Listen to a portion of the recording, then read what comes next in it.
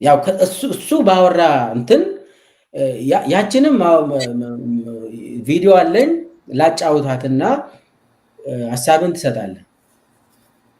ለመንግስት ምን ተከተል ያላችሁ እንደሆነ አንደኛ ችግር አለብኝ የሚል የትኛውም ኃይል ጋር መወያየት ነው። ለምሳሌ ሸኔ ጋር ተወያይተን ከፊል የሸኔ ኃይል በሰላም ገብቶ ስልጣን ላይ የሉ አልተወያየንም። ከትግራይ ወገኖች ጋር ተወያይተን ከፊሎቹ ገብተው ስልጣን ላይ የሉ። እኔና ጌታቸው ረዳን በጋራ የሚያይ ሰው አሁን ይሄን መንግስት አይወያዩም ብሎ ቢያስብ አይገርምም?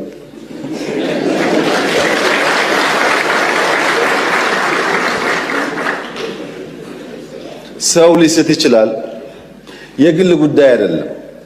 በእኔና በኤክስ በእኔና በዋይ መካከል የግል ጉዳይ አይደለም፣ የሀገር ጉዳይ ነው። በሀገር ፍላጎት እስከተግባባን ድረስ የግሉን ቸል ማለት ያስፈልጋል ብለን ስለምናምን ነው እንጂ የለም እኮ እንደዚህ አይነት ባህል። አሁን እኛ የምናደርገው ባህል እኮ አናውቀውም። ካሸነፍክ ነው። መወያየት ያስፈልጋል። ሸኔዎቹ ጋስ የአማራውም ሸኔ የኦሮሚያውም ሸኔ የአማራውም ሸለቆ አባይ የኦሮሚያውም ሸለቆ አባይ ተወያይቶ የመጣውን ተቀብለናል። ተላላኪ ናቸው እነዚህ፣ ዓላማ የላቸውም። ታገልኩለት የሚሉትን ህዝብ እየገደሉ ልማት እያደናቀፉ ማዳበሪያ እንዲሄድ እያደረጉ ታገልኩልህ ማለት ምን ማለት እንደሆነ እናንተ አስቡት። እኛ አሁንም ክፍት ነው ለመወያየት። ማንም ሰው በሰላማዊ መንገድ ህግና ስርዓት አክብሮ ይመጣ ከሆነ ለመታረቅ አይደለም አብረን ለመስራት ዝግጁ ነን። አሳይተናል 2-3 ጊዜ። እንግዲህ ምንድነው ስምምነት ድርድር ለአብይ ከዚህ ከንግግሩ ምን ማለት እንችላለን? አብይ ድርድርን እንዴት ወስዳል? ይሄንን ደግሞ ማንም ሰው እንደማይቀበል ይታወቃል። አብይ የሚያወራው እስቲ ትንሽ አንተ ሰፋ አድርገህ የአብይ የሚያወራውን ድርድር በዛው ጋር አያይዘ የመከላከያ ውስጥ ወጣቶችን እንዴት እንደሚመለምሉ ያ በጉልበት የተባለውን ነገር እሱ አንድምታው ምንድነው? አንድ ላይ አድርገህ የኦሮሚያውን የአማራ ክልልም አጠቃላይ ኢትዮጵያ ውስጥ ያለውንም ሐሳብን ስጥ።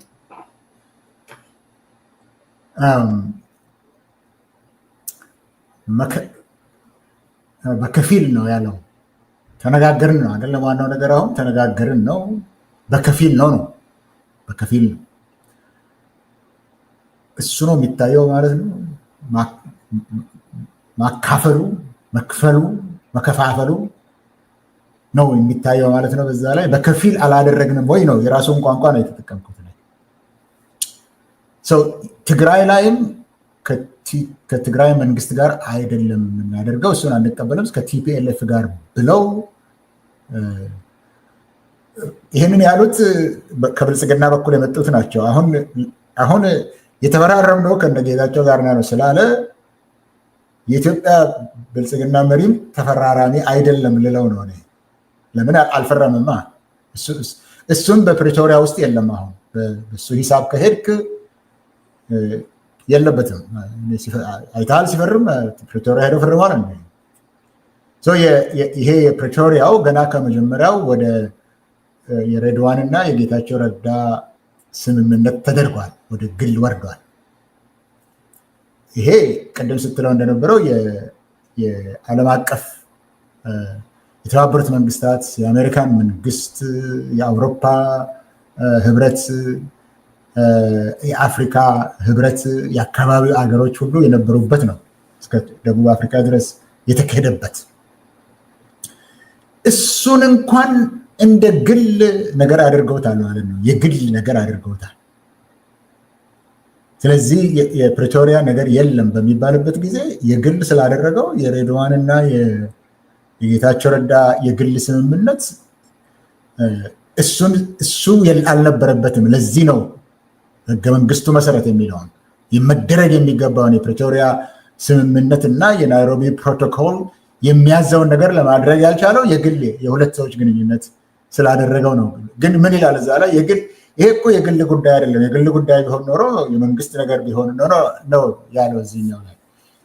ወይ የግል ጉዳይ አድርገው የግል ጉዳይ አይደለም ደግሞ ማለት አትችልም። አሁን አድርገዋል፣ የግል ጉዳይ አድርገዋል። ስለዚህ የግል ጉዳይ አይደለም ልትል አትችልም። ነው አደረከው የግል ጉዳይ። አስተሳሰቡ እንዳለ ይልከል አስተሳሰቡ እንደዚህ ነው የሚያስበው፣ እንደዚህ ነው ማለትም መታሰብ በሌለበት at best መታሰብ በሌለበት መንገድ ነው የሚያስበው። በመንግስታት የሚፈርሙት ነገር በመንግስታት መካከል ነው የሚሆነው። በዛ ነው መታሰብ ያለበት። የግል ጉዳይ ካደረከው ባላቃላባብ እያሰብከው ነው ማለት ነው። ሌላው ምርጫ ደግሞ እያሰብክ አይደለም ማለት ነው። ቶታሊ እያሰብክም አይደለም ማለት ነው። በዚህ ጉዳይ ላይ ስለ ኤርትራም ሲያነሱ ይህንን ነው የሚሉት። አፄ ምኒልክ በ1897 በፈረንጅ አቆጣጠር በ1900 በ1908 የአዲስ አበባ ውል የሚባለው ከጣሊያን ጋራ የተፈራረሙበት አለ። እሱንም እነሱ የሚያስቡት ያንን ስምምነት የኢትዮጵያ መንግስት የአፄ ምኒልክ የፈረሙት እስከ አሁን ድረስ በኢትዮጵያ መንግስት ላይ እስካልተሻረ ድረስ ይሄ የአዲስ አበባ አግሪመንት የሚለው 1897 እኮ የውጫሌን ውል ነው የሰረዘው። ስለዚህ የውጫሌ ውል ወደ ጦርነት ያስኬደው 1889 የውጫሌ ውሉ በአዲስ አበባ አግሪመንት ተሻረ። እስካልተሻረ ድረስ አለ ማለት ነው በመንግስታት መካከል የሚደረገው። እንኳንስ የኚህ ሰው የዛሬ 100 ስንት ዓመት የተፈረመው የአፄ ምኒልክ ፊርማ አሁንም አልተሻረም። እስካልሻርከው ድረስ አልተሻረም። የህግ ሰው አንተ ነህ። የህግ ሰው አንተ ነህ። የብልጽግና ፕሬዚደንት ግን የሚያስቡት አሁን ባለው መንገድ ነው የሚያስቡት። የግል ጉዳይ ነው የሚያደርጉት። ስለዚህ የአፄ ምኒልክንም ፊርማ የአድዋን ጦርነት ያቆመውና ጣሊያን ኢትዮጵያን እንደ መንግስትነት ያወቀችበት የአዲስ አበባ ውል ያ ሁሉ በሳቸው ፊት የለም። አሁን በብልጽግና ፕሬዚደንት ፊት አይቆጠርም። ለምን? አፄ ምኒልክና አዲስ አበባ የነበረው የጣሊያን አምባሳደር የፈረመው የግል ጉዳይ ነው። በሱ አስተሳሰብ ምንድን ነው ያልከው? ይሄንን ነው። ካሸነፍክ አሸነፍክ ነው፣ ሌላ መንገድ የለም ነው ያለው አይደለም አለ። ራይት ኦፍ ኮንኮስት የሚሉት ነገር አለ። ራይት ኦፍ ኮንኮስት አለ። የትኛውንም ህግ ግን በዓለም አቀፍ በጦርነት ውስጥ ከገባ፣ በነገራችን ላይ ጦርነትም የራሱ ህግ አለው። በጦርነት ውስጥ የሚፈጸሙ ወንጀሎች አሉ፣ ህግ ስላለ። ጦርነትን ደግሞ የምታቆመው በስምምነት ነው። ይሄ ይገባዋል እሱ። ጦርነትን የምታቆመው በስምምነት ነው። አንዳንድ ጊዜ አሸናፊዎች ዲክቴት የሚያደርጉበት አለ። ነገር ግን ስላሸነፍክ ብቻ የሚያልቅ ነገር የለም። በድርድር በስምምነት በፊርማ ነው የሚያልቀው። ያውቃል። አንተ ነው የምታውቀው ከኔ የበለጠ ይህንን ያውቃል እሱ። ሌላው ደግሞ የተናገረው በእነሱ ምክንያት ስንት ሰው እየገደሉ የራሳቸውን ህዝብ እየገደሉ ነው ያለው። እንግዲህ ይህንን ቲፒኤልኤፍን ፋኖን ነው ራሳቸውን እየገደሉ ማዳበሪያ እንዳናከፋፍል አደረጉ ሲል፣ ይሄንን እኮ ብንገለብጠው የራስህን ህዝብ በመግደል በዓለም አቀፍ ደረጃ የታወቀው ማዳበሪያ ለማከፋፈል አቅቶ በጅቡቲ ወደብ ላይ እንዲያልቅ በሙስና ምክንያት ያደረግከው አንተ ነህ። አላስታወስከውም ወይ? አያስብም ያልኩት እዚህ ላይ ነው። ይሄ እኮ ጣትን ለመቀሰር ከፈለግ ወደሱ የምትመልሰው ነገር ነው። ህግ እና ስርዓት፣ መንግስት ህግና ስርዓት ነው ያለው። ህግና ስርዓትን ይከተላል፣ አካሄድን ይከተላል። በዛ አይነት ነው የሚሰራው። በብልጽግና ዘመን ይሄ የለም። ያ ምልክት ነው ያለው። ኦሮሚያ ውስጥ አሁን እነሱ አብሬያቸው ከገባ በኋላ ስልጣን ላይ አሉ ያለውን ቅድም አንስቼልሃለሁ። ከዛ ውስጥ የተወሰዱና የተገደሉ አዛዦች አሉ። ከዛ ወጥተው የቆሰሉና ወደ ቤታቸው የገቡ አሉ። ከዛ ወጥተው ወደ ጫካ የተመለሱ አሉ። ያኔ ተስማማው እሱ ከሚለው ውስጥ ቅድም እንደተናገርኩት አዲስ አበባ አካባቢ ነው እሱ የሚያመራው። ስለ ኦሮሞ ነፃነት ሰራዊት እንቅስቃሴ የምስራቁ አለ፣ የምስራቅ ሐረርጌ አለ፣ የሰሜን አለ፣ የምዕራብ አለ። እዛው አዲስ አበባ አካባቢ ነው የሚለው። ይህንን ስል የኦሮሞ ነፃነት ሰራዊት ወደ አርሲ ውስጥ እየተንቀሳቀሰ፣ በሐረርጌ ውስጥ እየተንቀሳቀሰ፣ ምስራቅ ወለጋ፣ ምዕራብ ወለጋ፣ ምስራቅ ወለጋ የኔ ሰፈር ነው። ስለዚህ አውቃለሁ በየቀኑ የሚሆነውን ነገር እኔ አውቃለሁ። ጽጌ ሁምቢ የሚባል ሰፈር አለ እዛ ነቀምታ አጠገብ፣ ሳሲገ ነቀምታ አጠገብ ነው። ሄደህ አንድ ብልጽግና ካድሬ ደርሰህ አትወጣም። እዛ አትሳቱ ለማለት ነው። ኢሉባቦር፣ ዳሪሙ፣ በደሌ እንቅስቃሴ አለ። ከዛ ራቅ ያሉትን ቦታ ነው ጉጂ፣ እዛ ሁሉ መሄድ አትችልም። የአዲስ አበባ ጦር አበጋዝ የሚያወራውን ነገር ማንም ሰው መስማት የለበትም ለማለት ነው ይህን ሁሉ ያልኩት። አመሰግናለሁ። እንግዲህ ይሄ አብይና ጦርነት ስምምነት ማለት አብይ እጅ ስጥ ማለት ነው። ተስማምተህ ግባ ስል አብይ እንደዛ ካለ እጅ ሰጠ እኔ የምሰጥን ቪኤት እና ቤትና ወንበርም ተወሰነች ከአንድ ሁለት ሰው ያው ከአመራሩ ሰጥቶ ከዛ በኋላ ለሁለት ቀን ቀይ ወጥ የምትበላበትን ወይ ደግሞ ቀይ ወጥም የለም ዛሬ ይቅርታ አድርግልኝ ሽሮ ራሱ የሚበሉበትን ሰጥቶ ከዛ ያባራል። ከዛ በኋላ ይገላል። አንተ እንዳልከው የተመለሱ የኦኤል ሰዎች ላይ የደረሰ ብዙ ዝርዝር አለ። የተረሸኑ ሰዎች ይታወቃል። ስለዚህ በአጠቃላይ ለአብይ ስምምነት ማለት ክደት ማለት ነው። ማንም ሰው መጠራጠር የሌለበት ኦሮሚያ ውስጥ ለምሳሌ ኦኤል ወደ ጦርነት እንዲገባ እንዲመለስ ያደረገ አብይ ክደት ነው። አስመራ ላይ ከተስማማ በኋላ ካደ። ልጆቹ ጫካ ገቡ። የመጀመሪያ እንግዲህ አብይን ያወቀ ሰው ከኛ ቀድሞ የተካዱ ሰዎች አሉ። እኛ መንግስት ውስጥ የነበርነው የቲም ለማኮ ከዛ በኋላ ነው የተካድነው። ክደትን መጀመሪያ የቀመሰው ኦኤል ነው። ጫካ የገቡት ዝም ብሎ ሱስ ሆኖባቸው አይደለም፣ ስላልተካዱ ነው። ስለዚህ አብይ ይክዳል፣ ሁሉንም ሰው ይክዳል። ፕሪቶሪያንም ካደ፣ አማራ ህዝብንም ካደ፣ ኦሮሞንም ካደ፣ አሁን ሶማሌም ካደ። ሁሉም ኢትዮጵያ ውስጥ ያልተካደ የለም። ካዲ ሰውዬ ጋር ስምምነት መግባት ማለት እጅ ስጥ ካለ እጅ መስጠት ብቻ ነው። የታንዛኒያ ድርድርም እኮ እነ ጃልመሮ እውነትም አብይ ስምምነት ሊያደርጉ ይችላሉ ብሎ ነው እስከ ታንዛኒያ ሄዱ። የሚገርም ነው። ሰላም ፈልጎ ነገር ግን አብይ የሰላም ሰው ስላልሆነ የሆነ ቀልድ ቀለደባቸው። ገንዘብ ነው የምትፈልጉት፣ ቢሮ ነው የምትፈልጉት፣ መኪና ነው ምናምን ብለው እንደ ደላላ ከዛ ልጆቹን ቢያሉ በዛ ደረጃ ነው እንግዲህ የኦሮሞ ነፃነት ሰራዊትም ጦርነቱን የቀጠለው። ዛሬ ደግሞ እኔ አንድ ያው ጓደኛ ያለ ጉደር መስተዳደር ውስጥ የሚሰሩ አሉ። ጉደር ማለት ከአምቦ ቀጥላ ያለች አንተ ታውቀዋለህ። ማታ ማታ አምቦ ነው የሚያድሩት።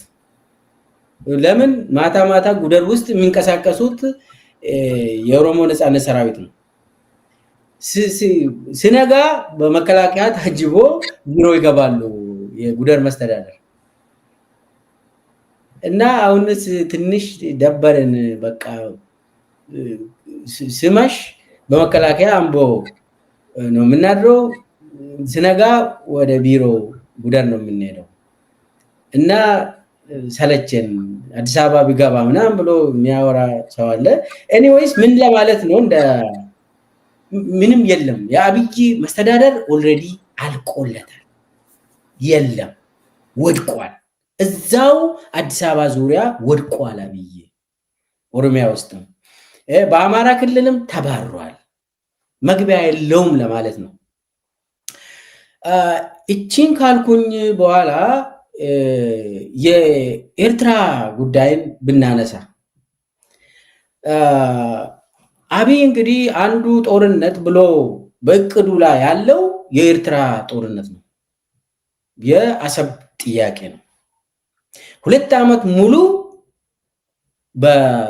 በኢትዮጵያ ሚዲያ ከኢቢሲ ፋና ከፋርሴቡላ 2 ዓመት ሙሉ ከቁርስ ሚሳ እስከ እራት የሚወራው ስለ አሰብ ጦርነት ነው። ስለ ኤርትራ ጦርነት አሰብ ጉዳይ ነው። የባህር በር የሚባል ነገር ይሄ ነገር 2 ዓመት ሙሉ ተወርቷል። አብይ ሰሞኑን ደግሞ አሰብን ያጣ ነው ህጋዊ መሰረት የለም ፈልጌ ያጣው ብዙ መስሪያ ቤትን አይቻለው ከቤተ መንግስት እስከ ብዙ የውጭ ጉዳይ ሚኒስቴር ምንም ዶክመንት አላገኘውም። ስለዚህ አሰብ የኛ ነች ብሎ አነሳ። ኤኒዌይስ አሁን እኛ የምናወራ ኢትዮጵያ የባህር በር ያስፈልጋታል። ማንም ሰው እዚህ ላይ ጥያቄ የለው። ብናገኝ እሰየው። በአብይ አካሄድ ግን ባህር በር የሚባል ለምንድን ነው አብይ ሪሊ ለኢትዮጵያ ህዝብ ባህር በር ይፈልጋል? አንዱ እሱ ነው። ሁለተኛ እሱ የሚያወራው ህጋዊ መሰረት የላቸውም ኤርትራውያን አሰብን ለመቆጣጠር። ስለዚህ አሰብ የኛ ነው የሚባለው ምን እንዴት አየው? እሱ ከፕሮፓጋንዳው እና በትክክል የኤርትራ ጦርነት ያገረሸ ነው። እሱን እንዴት አየው? የአብይ የኤርትራ ጦርነትን እንዴት ገመገምከው? አሁን ጉዳዩ የአሰብ ጉዳይ ላይ እንትኑን ወደ ጎን ልተው። ኢትዮጵያ ወደብ ያስፈልጋትም የሚለው ነገር ላይ ወደ ጎን ልተው። እሱን ለእንትን ነው የሚጠቀሙበት። አሰብ ወደብ አያስፈልጋትም አሁን ብትል አንተ ሀገር ወዳድ አይደለም ለማለት ስለሚፈልጉ ነው። ከዛ በኋላ በዛ ምክንያት ካገኙ ሊረሽኑ ነው። ለዛ ነው የሚጠቀሙበት እንጂ ኢትዮጵያ አሁን ወደብ አያስፈልጋትም፣ ወደ ውጭ የምትልከውና የምታስገባው በር አላጣችም እና አሁን ወደብ አያስፈልጋትም ማለት አገር አለመውደድን አያመለክትም። ሌላውን ነገር ወደ ጎን ልተው። የዛን ጉዳይ ግን አሁን ቀላል ለማድረግ ነው የብልጽግና ፕሬዚደንት። እቺ ነገር ቀላል ነች፣ ምክንያቱም በህጋዊ መንገድ አይደለም አሰብ የተወሰደው። ስለዚህ ህጋዊ ያልሆነውን ነገር በኃይል ስለተቀማን በኃይል ልንመልሰው እንችላለን ወደ ማለት ለማድረስ ነው። ኬንያ ላይ የተቀመጠ አምባሳደር ሲደነፋም ታየዋለህ። ስለዚህ ጉዳይ እንደዚህ አድርጎ ሲናገር አሁን እነዚህ ሰዎች ይገባቸዋል። ቴክስቱን ብትሰጣቸው ይገባቸዋል። ቢያገኘውም የተጻፈውን ነገር ቢያገኘው አንብቦ ይገባዋል ልልህ አልችልም። ሲምፕል ነገር ነው የሚፈልጉት እንጂ የተወሳሰበ ነገር አይሆንላቸውም። ለብልጽግና ሰዎች አልሆንላቸውም። ይቅርታ ድሮ ታውቃቸው ነበረ፣ ግን የብልጽግና ሰዎች አይገባቸውም። ከተወሳሰበ አይገባቸውም። አሁን እንደ ክቡር ጠቅላይ ሚኒስትሩ ንግግር እሳቸው ያሉት ምንድን ነው? ህጋዊ አንድ አገር ወደቡን በህጋዊ መንገድ አላስረከብም። ከየት ነው ይመጣላቸው እንደዚህ አይነት አስተሳሰብ? ማን ነው በህጋዊ መንገድ ቁጭ ብሎ ተደራድሮ የራሱን ወገብ በህጋዊ መንገድ ለሌላ ሀገር የሚሰጠው? አለ? ይኖራል? ምናልባት በእነሱ ዘመን ይኖራል። ምናልባት በእነሱ ዘመን ለዩኤኢ አየር መንገዱን ይሸጣሉ፣ ቴሌኮሙኒኬሽኑን ይሸጣሉ፣ መሬቱን ይሸጣሉ። አዲስ አበባ ውስጥ ያፈረሱትን በሙሉ ለዩኤኢ ለመሸጥ ነው። ባሌ ውስጥ ይሸጣሉ። እነሱ ያደርጉታል። የፖሊሲ ሉዓላዊነትን ይሸጣሉ።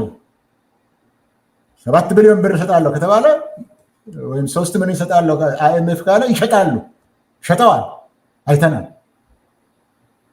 ሌላ ግን ጤናማ የሆነ አገር እስቲ ቁጭ ብለን ተዋውለን መሬትን የኔን ወደብ በህጋዊ መንገድ አሳልፌ ልስጥ አሁን እዛ ላይ ቁጭ ብለው ሲናገር ብዙ ሰዎች ይሄንን ሲሰሙ እንደዚህ ከሆነማ የሚሉ አሉ።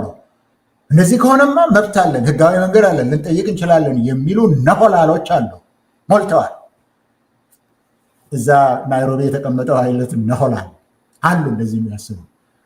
ጉዳዩ ግን እንደሱ አይደለም። እንደዚህ የሚያደርግ መንግስት የለም። ኢትዮጵያም እንደዚህ ለማድረግ አልፈለገችም። የትግራይ የቲፒኤልኤፍ መሪዎች የነበሩ በኢትዮጵያ መሪ የሆኑ ያን ጊዜ እንመለስም እንደሱ አላደረጉም፣ አያደርጉም።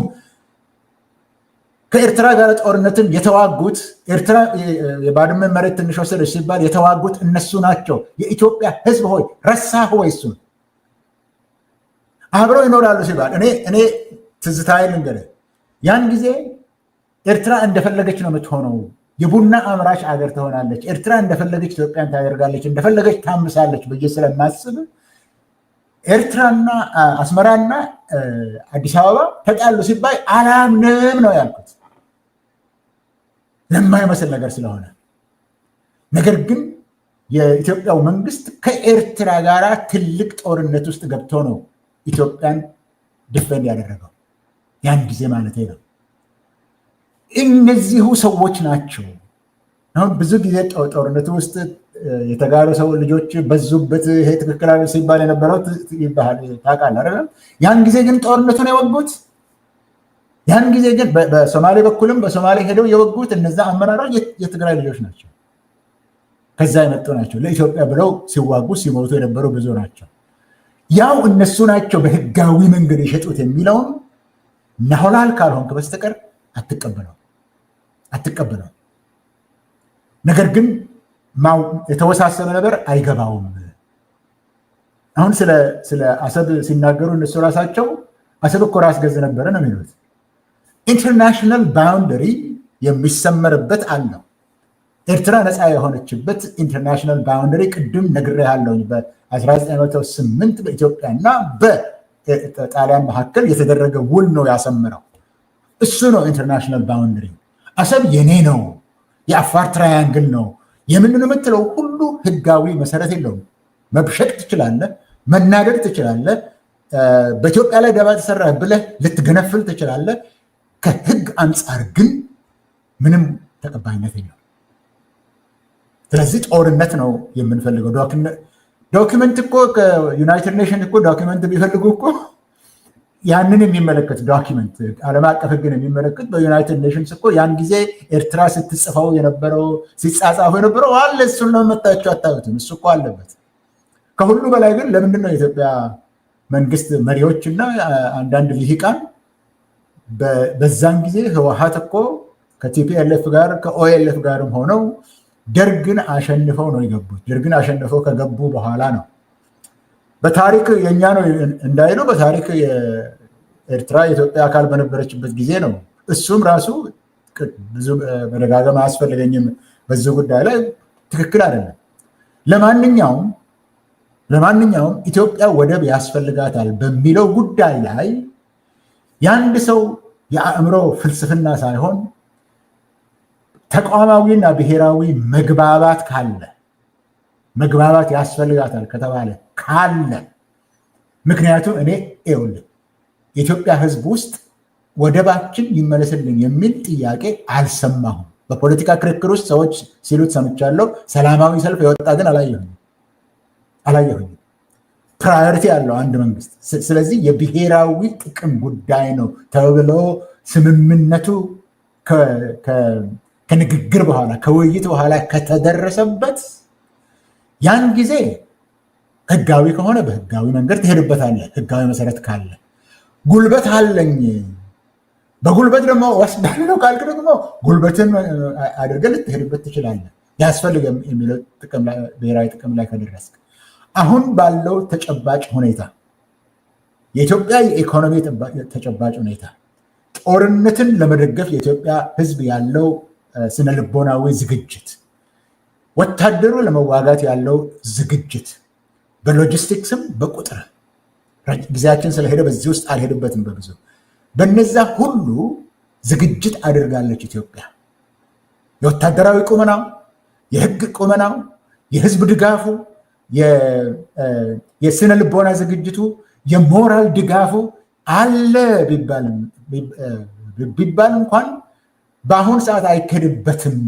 ኢትዮጵያ በብዙ ጦርነት የታምሳ ባለችበት ሰዓት የሚከድበት አይደለም። ነገር ግን አሁን እንዳልኩ ወደብ እንፈልጋለን ብለዋል። ይሄ ከማን አእምሮ ነው የመነጨው? አንድ ቀን ቁጭ ብሎ ስላይድ አዘጋጅተው ኢትዮጵያ በቀይ ባህርና በሬድ ሲ እና በብሉ ናይል መካከል ነው ያለችው፣ በሰማያዊና በቀይ መካከል ነው ያለችው፣ ያ ከሌላት አትኖርም ኢትዮጵያ ብለው የተናገረው የብልጽግናው ጠቅላይ ሚኒስትር ነው። ከዛ በኋላ ማንም ሰው ወስዶ ጮቤ መርገጥ የጀመረበት ጉዳይ ነው።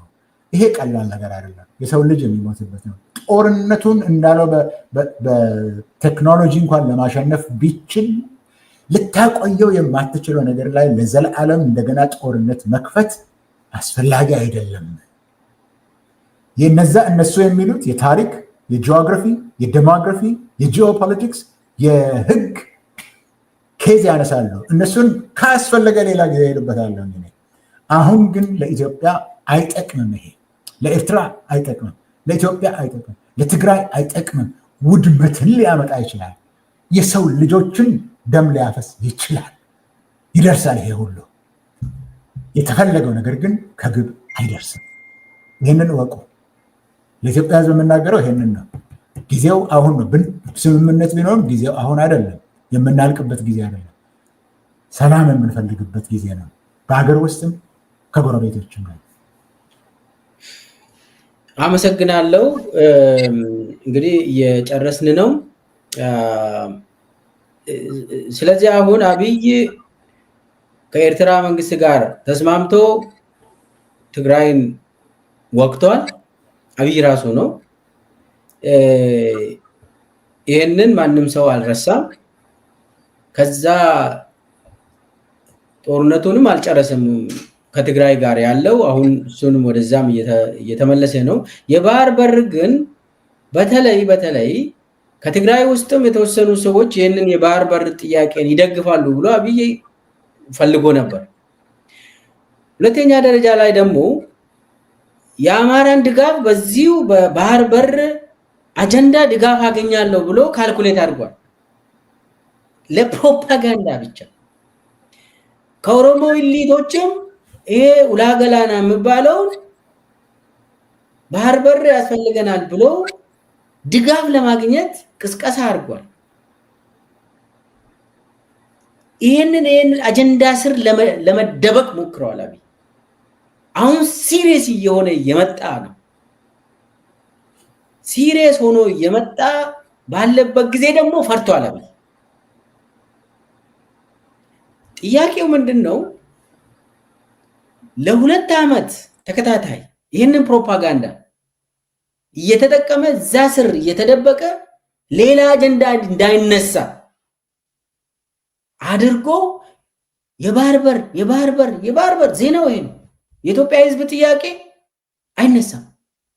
የፍትህ ጥያቄ የለም። የሰላም ጥያቄ የለም፣ አይነሳም። በኢትዮጵያ ቴሌቪዥን በሚዲያ አይነሳም። የዳቦ ጥያቄ የለም። ነገር ግን የባህር በር ምናምን ነገር እንደ መሳሪያ እንደ ጦር መሳሪያ እንደ ጦር ተጠቅሟል። ነገር ግን አሁን ከ2 ዓመት በኋላ ፈርቷል አብይ። ፍራቻው ከየት ነው የመነጨ? ፕሮፌሰር እስኬል በዚሁ ፍራቻው ከየት እንደመነጨ እሱን ከገለጽክልኝ በኋላ ያለው አጠቃላይ መፍትሄውንም አቅጣጫ ሰተን ከዛ እንጨርሳለን። እሺ ጥሩ አሳጥረዋለሁ። ግን አንድ የሚያስቅ ነገር ላንጣ እዛ ላይ ነገሩ ወደብ ማግኘትና የባህር በር ማግኘትና የጦር የባህር ኃይል ቤዝ ማቋቋም የተለያዩ ነገሮች ናቸው። ይህንን ለይተው አያወሩም እነሱ። ሶስቱም የተለያዩ ነገሮች ናቸው፣ ግን ደባልቆ ነው የሚያወራው። ትንሽ እንዳው ያንን ፍላሽ አውት ለማድረግ ኢትዮጵያ ፈጣሪ ምስክር ተጠርቶ ለፈጣሪ ምስጋና ገብቶ ኢትዮጵያ ወደብ አገኘች ተብሎ አልተነገረም ወይ? በኢትዮጵያ ቴሌቪዥን አግኝታ የለም እንደ ኢትዮጵያ የት ደረሰ ያ ወደብ? ያለኝ ትልቁ ጥያቄ ወደቡን እኮ አገኝን፣ ፈጣሪ ይመስገን፣ ሌላ ምን ይባላል? ኢትዮጵያ ወደብ የባህር ወደብ አገኘች ተብሎ ነበር። አስተውሉ ሰዎች።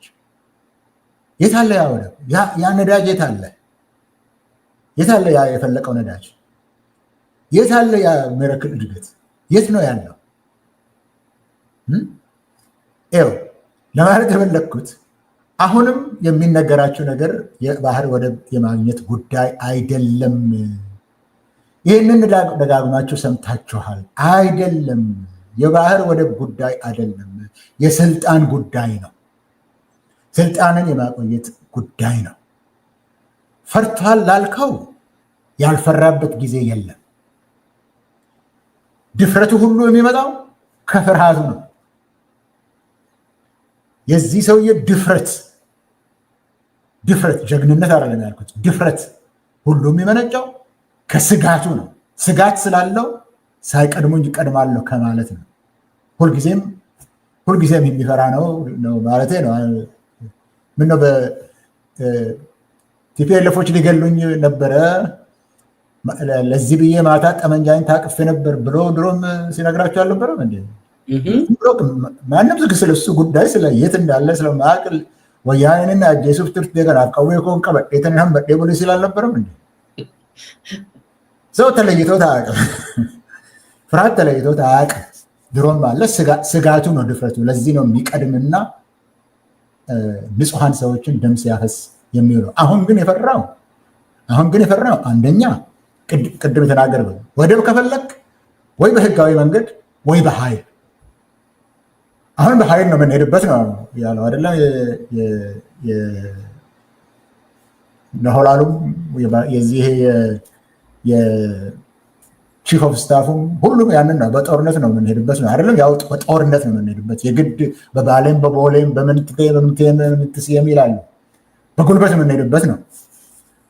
ለዛ የሚሊተሪ የኢትዮጵያ ጦር ዝግጅት አስፈርተውታል። ዝግጅቱ አሁን የለም። ለምን? 7 ዓመት ከተዋጋ በኋላ 8ኛ ዓመት ላይ ሊደክምህ ይችላል። 7 ዓመት ስትዋጋ ሻለቆች፣ ሻምበሎች፣ ሌተና ኮሎኔሎችን ታጣለህ፣ ይገደላሉ። ኮሎኔሎች ይማረካሉ። የተማረኩትን ብሪጌደር ጀነራል አድርጎ የሚመልስበት ጊዜ ተዳክሟል ነው። ኢትዮጵያ ጦሩ ውስጥ የነበረው በዛን ጊዜ የትግራይ ጀነራሎች፣ ኮሎኔሎች፣ ሻለቆች በጣም ብዙ ነው የነበሩት። እነሱን ሁሉ አውጥቷል። ያንን መልሰ መተካት አትችልም። ስለዚህ የትግራይ ተማሪዎች፣ ሐኪሞች ቲዲኤፍ ብሎ ተነስተው እስከ ደብረ ብርሃን ድረስ ያደረሱህ ተማሪዎች እስከ ደብረ ብርሃን ያደረሱ ጦሩ ያን ጊዜም አይችልም ነበር ልልህ ነው። የዛ ዝግጅት የለውም። አሁንም 1000 አሰልጥኛለሁ ነው የሚለው አይደለም? በየጊዜው ይናገራል። ከዛ ውስጥ በዚህ ይገባል፣ በዛ የሚሄድ ብዙ ነው። ስለዚህ የዛ የጦር ዝግጅት ስለሌለ ያ ሳይገባው ይቀራል ብዬ አይደለም። አሁን ጥይት እንዳልነበራቸው ትናንትና ሰምቻለሁ። ወደ 40 ሚሊዮን የክላሽ ጥይት ጉድለት ያሳያል ኢንቨንተሪያቸው ማለት ሰምቻለሁ። 40 ሚሊዮን እሱን እያራገፈለት ነው ዩኤኢ በአውሮፕላን እያራገፈለት ነው። ያ ዝግጅት አልነበረውም። በጦርነት ሌላ የሚያስፈልገ ነገር አለ፣ የኃይል አሰላለፍ። ያን ጊዜ የኢትዮጵያን ሕዝብ ድጋፍ ተሸክሞ የብዙ ክልሎችን ድጋፍ ተሸክሞ የዩኤኢን፣ የኤርትራን፣ የሶማሌን ምናምን ሁሉ ይዞ መሄድ ይችል ነበር። ያ ሁሉ አሁን የለም። የውስጥ ክልልም ድጋፍ የለም። በአማራ በኩል ደጀን የሚባለውም የለም። በኤርትራ በኩል ያለው የለም። የኃይል አስተላለፉ አይሆንም ነው እዚህ ላይ ለማለት የምፈልገው። ያን ጊዜ ትግራይ አሁን ሊመለስብኝ ነው፣ የትግራይ ሰዎች ወይም ቲፒኤልኤፍ ሊመለስብኝ ነው፣ ወይም ሰሜን ጦር ክፍለ ጦሩ ተወጋ በሚለው የህዝብን ፓሽን አነሳስቶ ህዝብ እንዲደግፈው አድርጓል። ማንኛውም ጦርነት የህዝብ ድጋፍ ከሌለው እንደማታሸንፍ ከቪየትናም ጊዜ ጀምሮ ተምረናል። የህዝብ ድጋፍ በሌለበት አታሸንፍም በጦር ብቻ። ይሄ የለም። አሁን ኢትዮጵያ ውስጥ ለመደገፍ እንኳን የሚችልበት ያኔ እኮ ገንዘብ የሚያወጣ ስንት ዩኒቨርሲቲ ነው የነበረው አሁን እኮ ያው ዩኒቨርሲቲ እኮ ለራሱ መመገብ እንኳን አይችልም፣ ደመወዝ መክፈል እኮ አይችልም። የኢትዮጵያ መንግስት ራሱ እኮ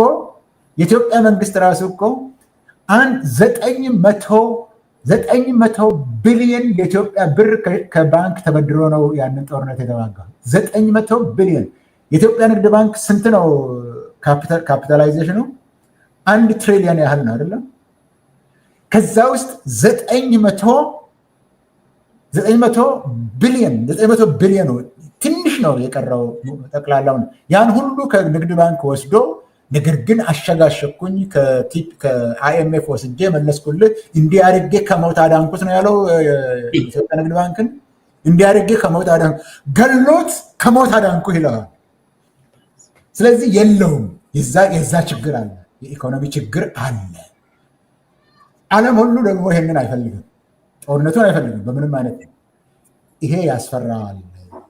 እስካሁን ድረስም የሚደግፈውና ሂድ የሚለው ዩኤኢ ነው። በዚህኛውም ላይ ውጊያው ሊመጣ የነበረው ይህንን ብዬ ያቆማለሁ። ውጊያው ሊመጣ የነበረው ሄመቲ ከምዕራብ ይጀምራል፣ እሱ ደግሞ ከዚህ ይጀምራል።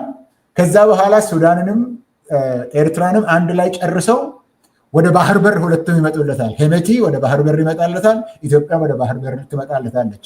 የዩኤኢ ጉዳይ ነው እያልኩኝ ነው በዚህ ጉዳይ ላይ። ይችን ለማሳየት ነው እንጂ ደፋ ቀና የሚለው ለዚህ ነው እንጂ የሚልፈሰፈሱት ለጦርነት ለመሄድ ያላቸው ዝግጅት ትክክል አይደለም፣ አልበቃም። ፍርሃቱ ከዚህ ነው የሚመነጨው። መፍራት ደግሞ ሙያው ነው።